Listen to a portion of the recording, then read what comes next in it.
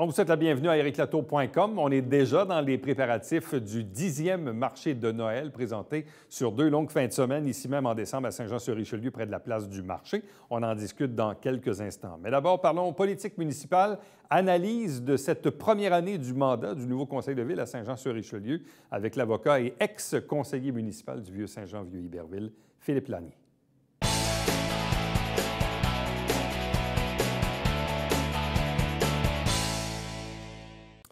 On parle de l'an 1 du conseil de ville de Saint-Jean-sur-Richelieu après cette élection de novembre 2017.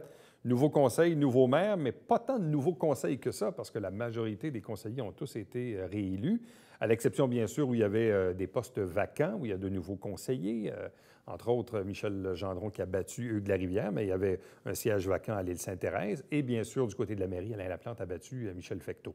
Avec nous, pour faire un peu l'analyse de cette première année, de ce mandat, avec nous, Philippe Lanier, ex-conseiller municipal à Saint-Jean-sur-Richelieu. Bonsoir et bienvenue. Bonsoir. Une année houleuse, tumultueuse, pleine de rebondissements. C'était quasi une télésérie. Même, je disais à la blague au greffier, à la fin d'avril, au moment où District 31 prenait congé de l'écran, j'ai dit, bon, ben, mais on n'a peut-être plus District 31, mais on a maintenant la télésérie de l'Hôtel de Ville. C'était assez invraisemblable, honnêtement, là. La phrase qui me vient à l'esprit, c'est ce que Gilles Bérubé, le journaliste du Canada français, a écrit dans l'entrevue avec le maire Laplante la semaine dernière en parlant de sa première année, en disant que c'est un mandat qui s'est déroulé dans la controverse. Oui, je pense que c'est ce qui résume le mieux cette année-là. Et ça semble maintenant être plus calme un petit peu. Là. Il y a moins de séances, on le voit moins à la télévision. Mais ça reste qu'au total, si on regarde la position du maire, le maire se retrouve isolé après une année. Il a perdu des pouvoir. Enfin, il n'a pas de majorité au conseil, il n'a plus son comité exécutif, il n'a plus son chef de cabinet, son réaménagement de la salle ne tient plus. Les vétos qu'il a apposés ont tous été renversés. Alors, on se retrouve dans une situation où il ne contrôle pas le conseil et c'est le groupe des 9 qui a un peu pris le pouvoir, si on peut le dire, actuellement. Qu'est-ce que le public doit comprendre de ça? Parce que parfois, les gens suivent ça de près. Dans d'autres cas, suivent ça un peu de loin. Même, on le sait, il y a la moitié de la population qui ne vote pas. Et qui ne le suit pas du tout. Et qui ne suivent pas ça.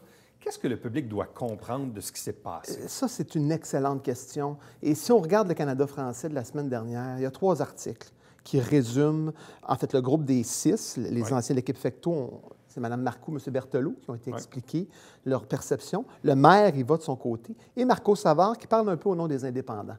Et quand on lit ces 3 articles-là, moi, je suis quand même la politique de façon régulière à toutes les semaines, on se dit, mais qui a raison là-dedans? Là? Parce que les 3 points de vue, chacun exprime très bien son point. Le maire s'attribue des réalisations. Il parle du Festival de Montgolfière, il parle d'Ariane, il parle de la boum de l'été, il parle des consultations sur les golfs. Et de l'autre côté, on a Marco Savard, on a Yvan Berthelot qui disent que le maire n'écoute pas, qu'il n'en fait qu'à sa tête, qu'il n'est pas à l'hôtel de ville, que ses conseillers ont ni plus ni moins que déserté les comités, qu'il est un frein au bon fonctionnement de la ville.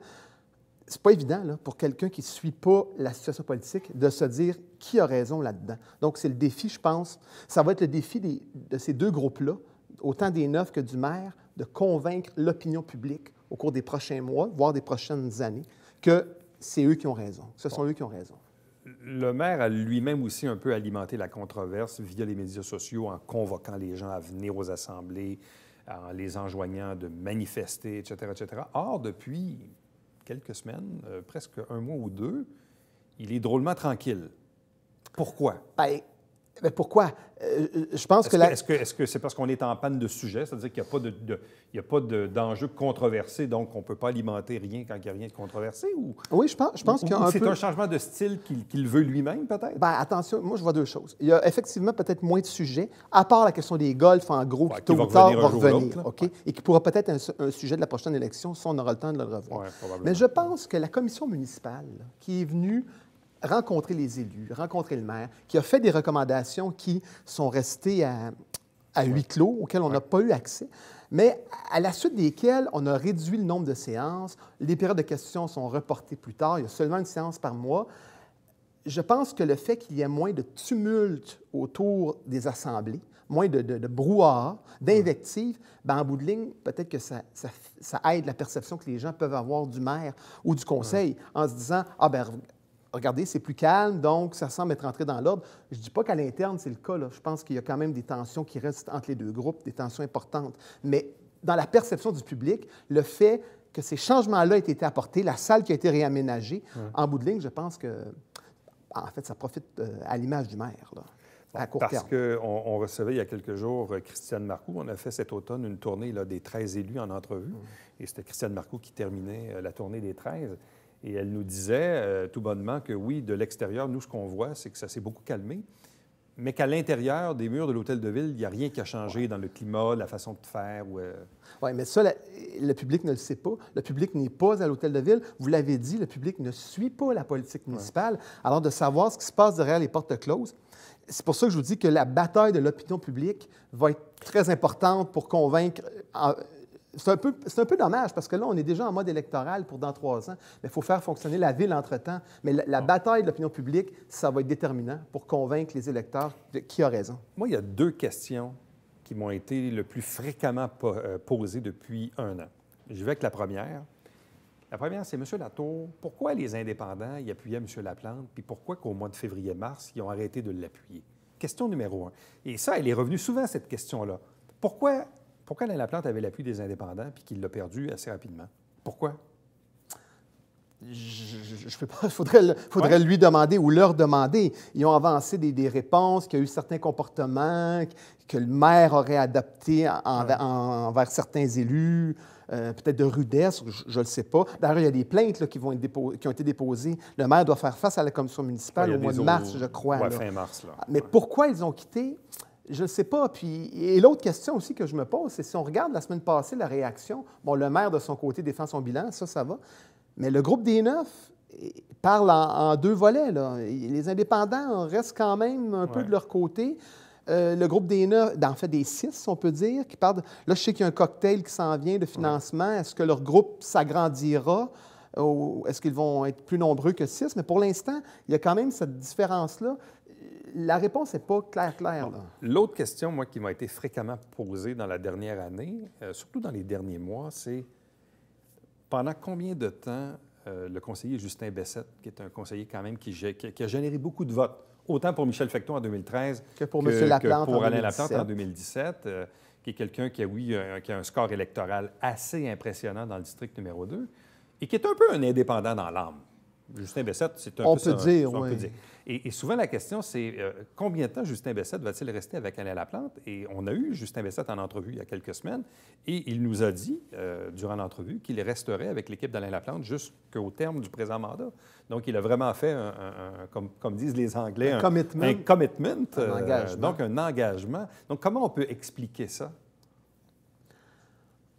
Encore là, il faudrait lui demander parce qu'il choisit délibérément de ne pas être au pouvoir, si on peut dire. Mais il y a peut-être... on a entendu aussi que dans son district ou du côté d'Iberville, moi, ce que des gens proches de Justin Bessette m'ont déjà dit, c'est qu'il y a des gens dans ce secteur-là qui n'aiment pas le pouvoir, qui aiment contester le pouvoir en place, qui n'aiment pas la grande ville. Okay? Donc, cette idéologie-là est quand même présente aussi. Alors, peut-être que ça explique son choix, que lui est branché sur sa population, il est très branché sur sa population, et qu'il y a peut-être des critiques contre l'Hôtel de Ville qui émanent du secteur Saint-Athanas. Et que dans ce contexte-là, M. Bessette choisit de rester avec le maire. Et il est indépendant, un peu comme vous le dites, et peut-être aussi que d'un point de vue idéologique, il rejoint les positions du maire, les idées mises de l'avant dans son programme. C'est peut-être un mélange de tout ça aussi. L'autre chose qui est aussi frappante, mais les élus eux-mêmes le rappellent, peu importe leur allégeance politique, parce que souvent on dit, oui, bien, tu sais, il y a un bout de temps, on dit, hey, ça va donc bien mal, puis c'est incroyable, puis bon. On dit, oui, mais 95 des résolutions sont unanimes. Ce qui est vrai aussi. C'est vrai. Comme je vous dis, les dossiers controversés, à part les golfs, bon, qu'est-ce qui reste d'autre? Là, la commission scolaire qui veut investir quand même un bon montant au centre-ville, 100 millions de dollars. Bon, l'aéroport, le développement économique, les infrastructures de loisirs. Il y a quelques gros enjeux comme ça, mais dans l'ensemble du quotidien, les résolutions sont adoptées unanimement. Là. Bon. Il y a eu aussi forcément un bras de fer qui est peut-être moins apparent aujourd'hui entre le maire et les fonctionnaires, ou surtout entre le maire et la direction générale. Ça, comment une ville, puis vous l'avez vécu de l'intérieur au moment d'être conseiller, mais comment le directeur général, la direction générale, les directeurs de services doivent-ils composer avec le maire qui est minoritaire, mais un conseil qui est majoritaire? Comment les fonctionnaires doivent-ils se positionner là-dedans? Moi, je n'aimerais pas être à leur place, ça, je vous le dis, parce que les fonctionnaires sont redevables. Normalement, la ligne hiérarchique, c'est de suivre ce que le DG, les décisions sont prises en conseil. Ensuite, c'est le DG qui est la courroie de transmission entre les élus, le politique, et l'appareil administratif. En théorie, ça va bien quand le conseil parle d'une seule voix. Mais là, quand le conseil est divisé et qu'au surplus, l'opposition, c'est le maire qui fait l'opposition, mais qui est quand même le premier magistrat de la ville et qui peut lui aussi quand même avoir accès aux fonctionnaires, c'est pas une situation qui est confortable. C'est pas une situation. Moi, honnêtement, être à leur place, j'essaierais de me coller vraiment le plus possible aux décisions du conseil, des décisions de la majorité du conseil, pour ne pas être abroué ou pas se mettre dans l'embarras. Que doit-on s'attendre de l'an 2? L'an 2 vient à peine de commencer. Comme on le disait tantôt, climat plus tranquille. Le maire également qui n'utilise plus les médias sociaux pour alimenter la controverse. Ouais. Bref, à quoi doit-on s'attendre pour l'an 2? Bien, écoutez, moi, je vais vous dire ce que j'aimerais, mais que j'y crois difficilement, mais j'aimerais que soit le maire ou qu'une personne du groupe des 9 essaie de tendre un pont vers l'autre groupe en disant « OK, c'est beau, les élections sont dans 3 ans, mais est-ce qu'entre-temps, on peut au moins parler d'une voix commune sur certains dossiers ou essayer de s'entendre? » Parce que vous l'avez dit, il y a 95 des résolutions qui sont adoptées unanimement. Mais d'être capable de tendre un minimum de pont pour faire fonctionner la ville ensemble. Sauf que j'y crois difficilement parce qu'il y a une méfiance incroyable entre les deux groupes. La confiance est à 0. Écoutez, je sais, moi, je suis médiateur, j'en vois souvent des conflits, des partis. Et pour tenter de régler un conflit, il faut qu'il y ait un minimum de confiance puis de volonté. Et je ne sens pas ça, ni d'un côté ni de l'autre. Et si vous regardez dans son entrevue la semaine dernière, où à son cocktail, le maire a déclaré je ne suivrai pas la ligne de parti des 9. Okay? Je ne suivrai pas la ligne de parti du groupe des 9 ou de l'équipe des 9. Il n'y a pas de confiance et on s'en va vers une échéance électorale. Dans 3 ans, ça peut sembler loin, mais c'est quand même là. Alors, tôt ou tard, ça va revenir sur le dessus de la marmite. Mais j'aimerais, moi, si c'était possible, je lance un appel à tous les élus. Essayez de tendre un pont, au moins pour les dossiers communs. Et vous vous chicanerez pendant la dernière année ou quand viendra la campagne électorale, mais entre-temps, il y a une ville à mener, à gérer et à administrer. Bon. Et comment fait-on avancer les projets à ce moment-là et qui les mène? Bien, c'est ça. C'est qu'il faudrait, à partir du moment où le maire est comme en minorité, il faudrait que quelqu'un du groupe majoritaire essaie d'émerger comme leader ou comme porte-parole. Il y a M. Berthelot, que moi, je compare un peu à Pierre Arcan, qui est un peu le leader par intérim du groupe de l'opposition, mais qui se retrouve au pouvoir, là, et qui a une bonne expérience, Mme Marcoux aussi. Maintenant, ce qu'on peut espérer, c'est que malgré le climat tendu qu'il y a là, qu'on essaie de tendre des ponts et d'arriver le plus possible vers des consensus pour mener des projets importants. Comme je mentionnais, là, la consultation sur les golfs, le projet de la commission scolaire, le développement économique, ça n'arrête pas ça. Il ne faut pas que notre ville recule parce que le conseil n'est pas unanime. Mais c'est pas évident. C'est un beau défi qui attend ces acteurs-là. Sur ces paroles et cette sagesse, Philippe Larnier, merci beaucoup. Merci, Éric. Reste avec nous. Au retour, on vous parle du marché de Noël dans le Vieux-Saint-Jean.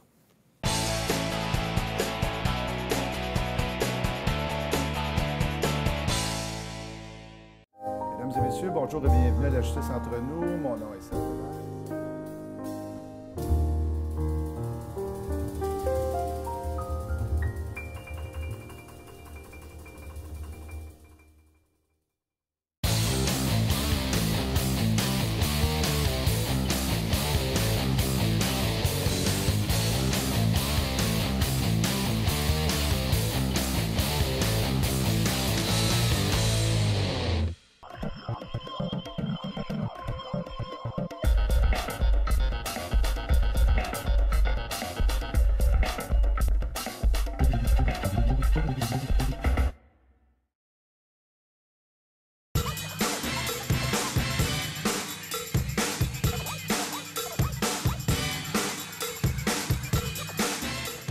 Dimanche, 9h30, Télé Bingo, on vous attend.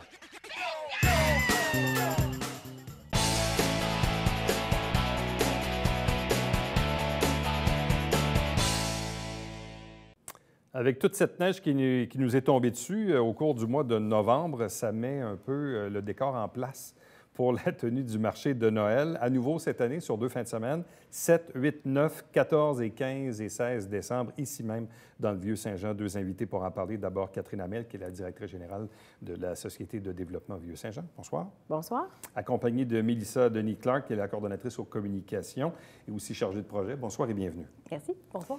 Ça fait déjà plusieurs années qu'on a un marché de Noël et au fil du temps, il s'est amélioré, bonifié, agrandi, amélioré, etc. Que nous réserve la cuvée 2018?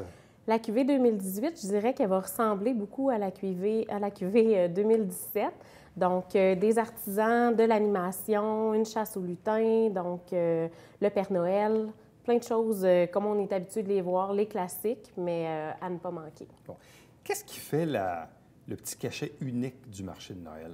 C'est sûr que le fait qu'il soit situé tout près du musée, donc juste à côté, déjà en partant, l'ambiance générale nous sort un peu des centres d'achat.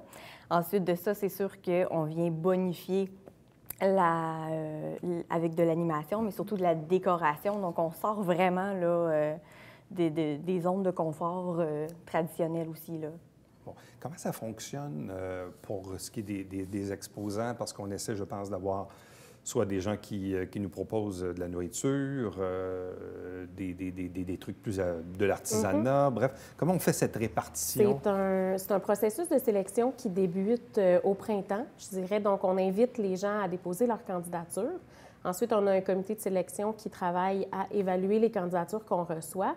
Et bien sûr, le marché public est un collaborateur dans notre marché de Noël. Donc, étant donné sa vocation annuelle à l'année longue qui est les maraîchers, bien nous, on rapporte ça dans le marché public. Donc, c'est vraiment dans le marché de Noël, pardon. Donc, c'est vraiment dans notre cas, à nous, ça devient environ un 50 agroalimentaire puis un 50 artisanal. Là. Puis on tient, étant donné qu'il a cette vocation agroalimentaire-là depuis le tout début, parce que le marché de Noël a été créé par l'Association des maraîchers. Donc, nous, on poursuit cette tradition-là, puis on est très fiers là, de garder ça. Avez-vous beaucoup d'inscriptions dans une année? Sur 40 exposants que vous sélectionnez en toute fin, là, vous en avez combien au début? Je vous dirais entre 60 et 80. Donc, c'est facilement 50 qui ne sont pas sélectionnés, malheureusement. Et on tient à le rappeler, là, c'est vraiment... c'est subtil, le pourquoi un plutôt que l'autre. C'est les dossiers de candidature. On essaie vraiment d'être le plus transparent possible et c'est vraiment pas... c'est très difficile à faire la sélection. J'imagine, oui. Puis en même temps, d'année en année, on tient à ce il y a des classiques qu'on veut revoir, puis qui nous sont demandés, puis que les gens viennent au marché pour voir ces gens-là. Mais en même temps, on a besoin de se diversifier, se différencier, puis donner l'opportunité à n'importe qui, n'importe quel nouvel artisan dans la région d'y participer. Donc, ça joue un impact. Et sur 40 emplacements, on vient de le dire, il y a 50 qui sont agroalimentaires, donc 50 qui sont autres. Donc, ça vient encore une fois là, diviser beaucoup. Là, On maximise toujours aussi l'intérieur du musée. Oui. Oui, c'est une collaboration avec le musée. Donc, tantôt, on parlait de qu'est-ce qui différencie le marché, le marché de Noël du Vieux-Saint-Jean. C'est ça aussi. C'est qu'il y a un volet qui est vraiment partiellement extérieur. On a un volet intérieur. Il y a des métiers d'art qui sont présents. Il y a aussi plus artisanal. Donc, oui, à l'intérieur du musée, c'est utilisé. Est-ce que la majorité des exposants, et je sais probablement que d'année en année, ça augmente, mais ont le dispositif pour faire des achats par Interac ou par carte de crédit? De plus en plus, les gens sont de plus en plus informés, donc, mais tu sais, on n'oblige personne. C'est vraiment eux, là, de leur... Donc, on suggère aux gens quand même d'amener de la liquidité. Oui, absolument. Oui. Même s'il y en a quand même quelques exposants qui vont probablement offrir le service. Oui, de plus en plus, comme on dit, c'est assez régulier que les artisans sont déjà équipés, mais dans d'autres cas, il y a des artisans qui sont là une fois, qui font un seul marché par année, donc ils n'ont pas nécessairement l'équipement pour le faire. Bon. Qu'est-ce que c'est cette nouveauté, l'espace Gypsy Bohème?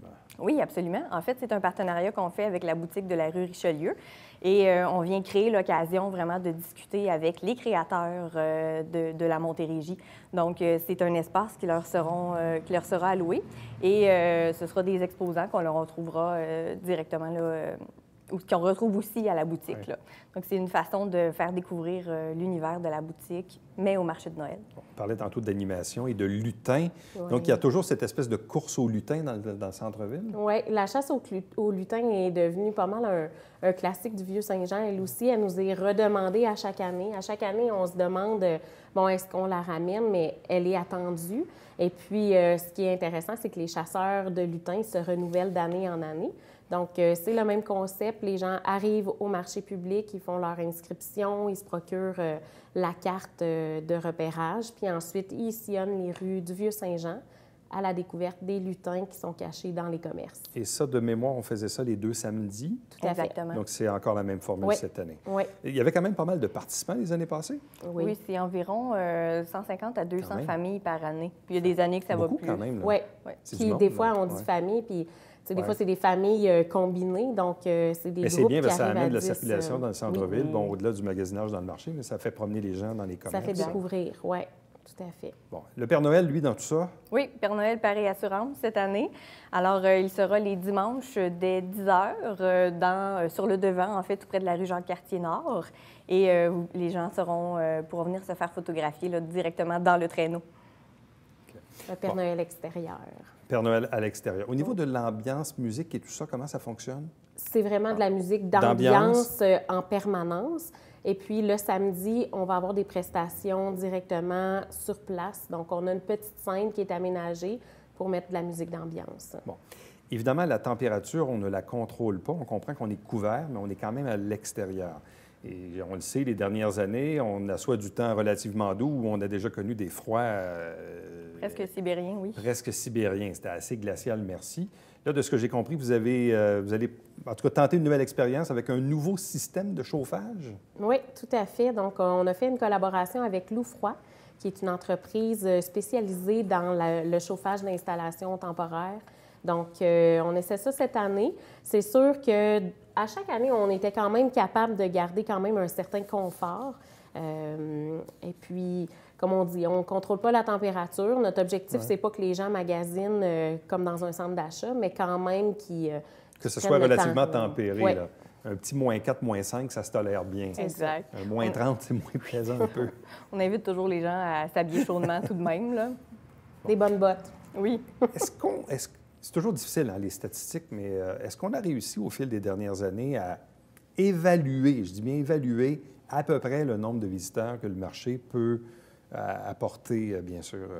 Oui, tout à fait. Puis, c'est sûr, comme on dit, c'est évalué. C'est de C'est l'évaluation. difficile de Ouais. quantifier. On n'a pas quelqu'un qui À la clique à porte, la ouais. porte parce que, veut pas, notre marché a 3 entrées. Donc, c'est difficile d'identifier qui rentre, sort. Donc, d'année en année, il y a eu une belle progression. L'an dernier, je crois qu'on avait 7500 visiteurs, une estimation à 7500 visiteurs. Puis, notre objectif, c'est de maintenir cet achalandage-là. C'est Ouais. sûr que si on en a plus, on est super heureux.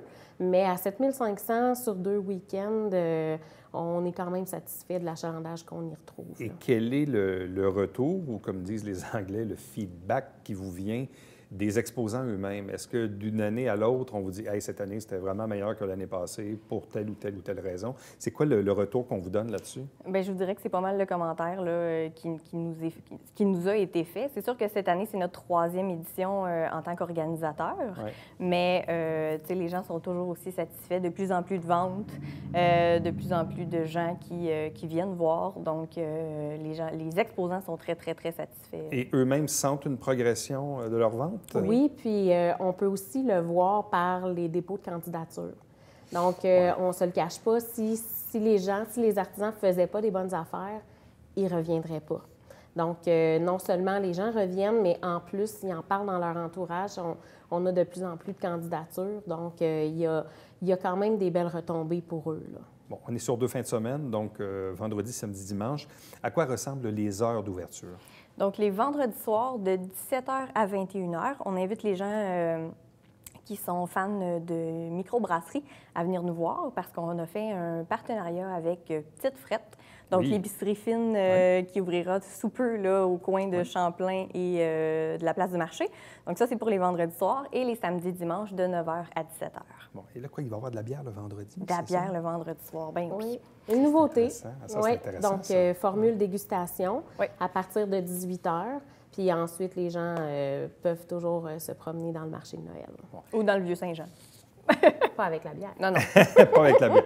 Mais le marché de Noël, c'est devenu avec le temps, parce que là, dans le fond, c'est quoi? C'est la 10e édition, la 3e, où c'est la Société de développement qui l'organise. Mais c'est devenu comme un incontournable là, dans la liste d'activités qu'on a, surtout qu'en hiver, des activités, il y en a, mais il n'y en a pas tant que ça. Bien, c'est sûr que le Vieux-Saint-Jean, d'année en année, il y a une programmation qui s'installe. Donc, cette année, on a eu le défilé qui va avoir eu lieu. Ensuite, là, on a, nous, le marché de Noël. On a aussi je crois que c'est le 7 décembre, il va y avoir une soirée pour magasiner dans le Vieux-Saint-Jean, préparer les cadeaux, les emplettes. Donc, il y a de plus en plus une programmation qui s'installe. Puis nous, le marché de Noël, comme on disait, c'est notre 3e année, présenté par Groupe Yves Gagnon. Donc, on en parle un peu partout et les gens, bien, ils s'y donnent rendez-vous. Puis, il y en a beaucoup qui commencent leurs emplettes ou qui viennent terminer leurs emplettes au marché de Noël. Bien, vous deux, merci beaucoup, puis bonne chance pour la suite. Merci. Restez avec nous. Au retour, le Babière quotidien.